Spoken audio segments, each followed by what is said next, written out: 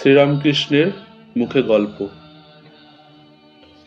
কথাচ্ছলে শ্রীরামকৃষ্ণ যেসব অমৃতবাণী বলে গেছেন তার পরম ভক্ত সাধক শ্রীম অর্থাৎ মহেন্দ্রনাথ গুপ্ত নিষ্ঠা সহকারে সেই বাণীগুলিকে সংকলন করেছেন, আর এইভাবেই রচিত হয়েছে শ্রী শ্রী রামকৃষ্ণ কথামৃত, যা আজও শাশ্বত এবং প্রাসঙ্গিক। এই মহান বই থেকে শ্রী শ্রী রামকৃষ্ণ বর্ণিত কিছু গল্পকথা আজ আমরা শুনব। প্রত্যেকটি গল্প তিনি রূপকের ছলে বর্ণনা করেছেন। গল্পগুলির মধ্যে দার্শনিক সত্য লুকিয়ে আছে।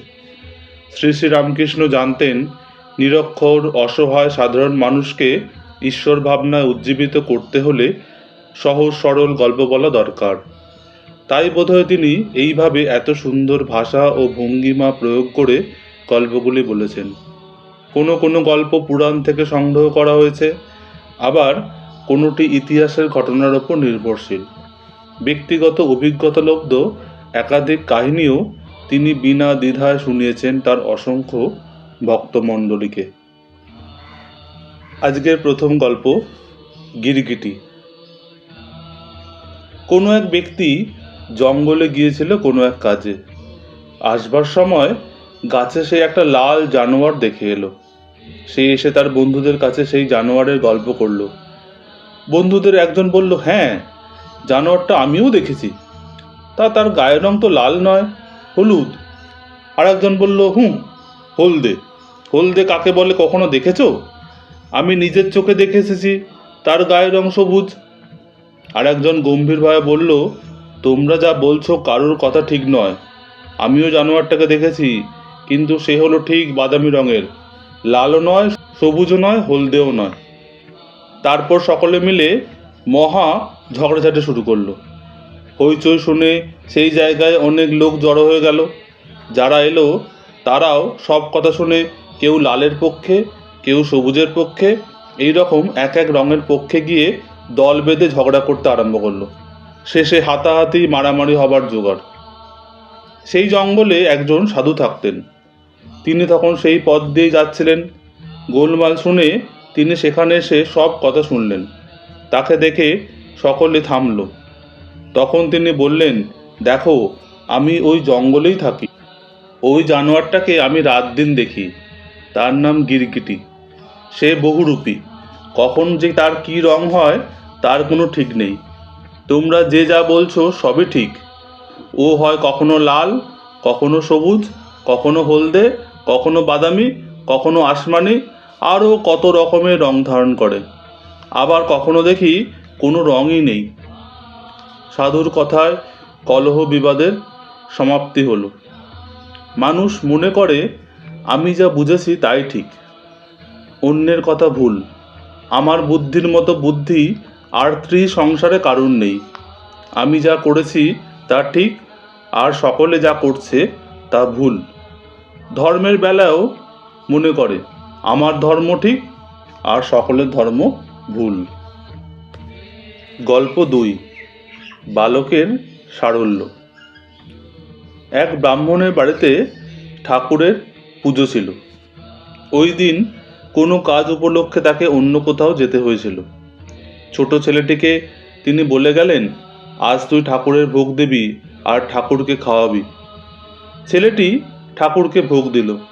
ঠাকুর কিন্তু চুপ করে বসে আছে তার আসনে, কোনো কথাও বলছেন না, খাচ্ছেনও না।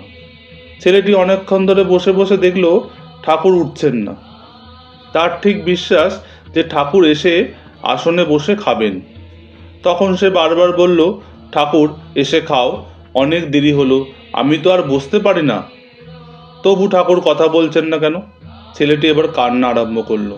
বলল, ঠাকুর, বাবা তোমাকে খাওয়াতে বলে গেছেন, তুমি কেন আসবে না? আমার কাছে খাবে না?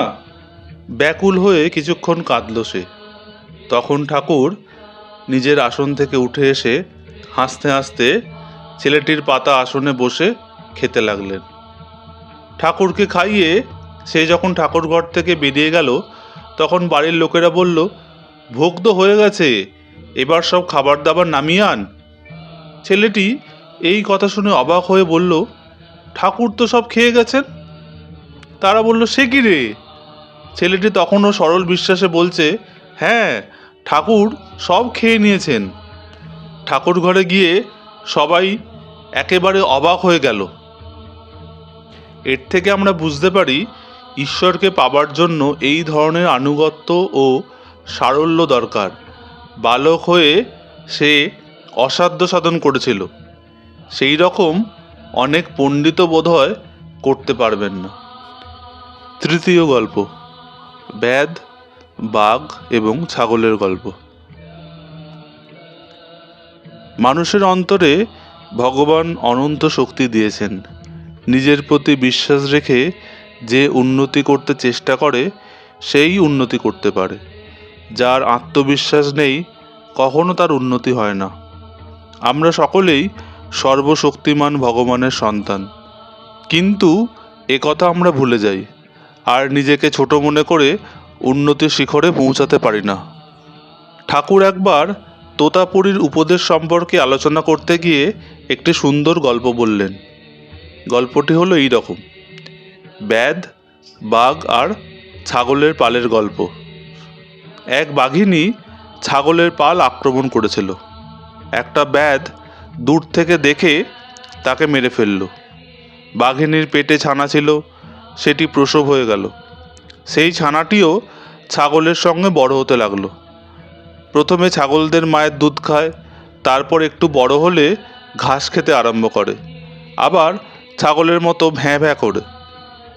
ক্রমে সে খুব বড় হলো, কিন্তু ঘাস খায় আর ভ্যাঁ ভ্যাঁ করে। কোনো জানোয়ার আক্রমণ করলে ছাগলের মতো দৌড়ে পালায়। একদিন একটা ভয়ঙ্কর বাঘ ছাগলের পাল আক্রমণ করলো। সে অবাক হয়ে দেখল যে ওদের ভেতর একটা বাঘ ঘাস খাচ্ছিল। ছাগলরা সঙ্গে সঙ্গে দৌড়ে পালালো। তখন ছাগলদের কিছু না বলে ওই ঘাস খেকো বাঘটিকে ওই বাঘটি ধরল। ছোট্ট বাঘটি ভ্যাঁ ভ্যাঁ করে কাঁদতে শুরু করলো আর পালাবার চেষ্টা করতে লাগলো। তখন বড় বাঘটি তাকে একটি জলার ধারে টেনে নিয়ে গেল আর বলল, এই জলের ভেতর দেখ তোর মুখ, দেখ আমার যেমন হাঁড়ির মতো মুখ তোরও তেমনি। তারপর তার মুখে একটু মাংস গুঁজে দিল। প্রথমে সে কোনো মতে খেতে চায় না, তারপর একটু আস্বাদ পেয়ে খেতে লাগলো।